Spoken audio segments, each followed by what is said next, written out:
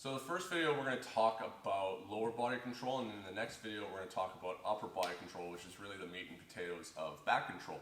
So there's a emphasis, almost too much emphasis, on how important the hooks are when it comes to back control. Don't get me wrong, they're a secondary form of control. It's really good to have, but because competitions insist that you have to have the hooks to be able to get the points, everyone seems to, especially at the beginner levels, think that the hooks are way too important and are the main part of the control.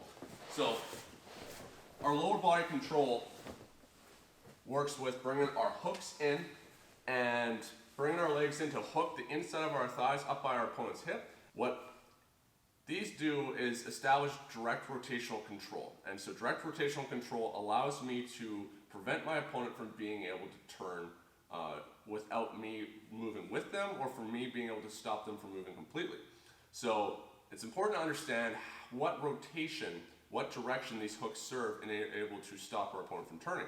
So if I put my right hook in on Kevin and he tries to turn to the left, as he tries to turn, his right leg pulls into my right leg and it stops him from being able to turn because he can't turn that side of his hip.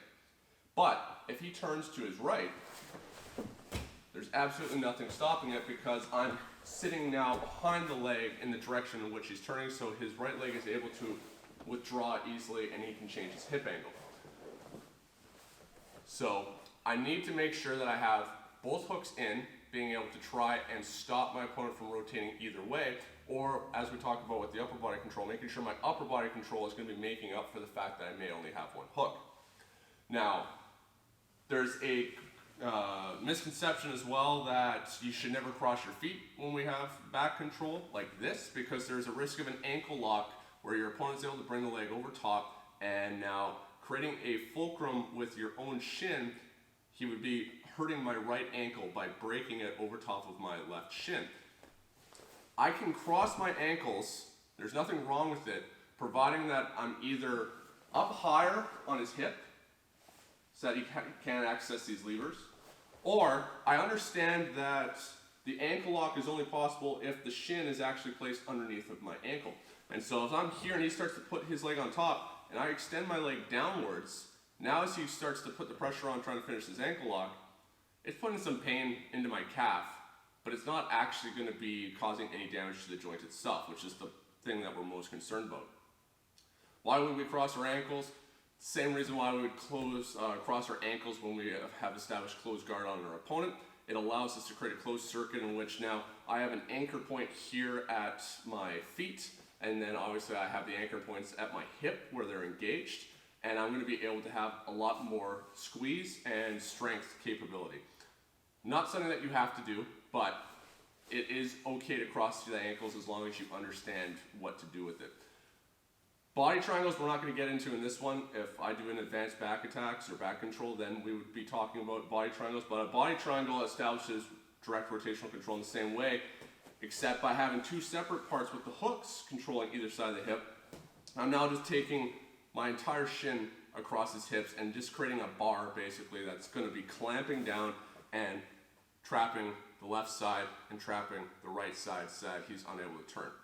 But as much as these hooks do work with rotational control, it's not the end-all be-all.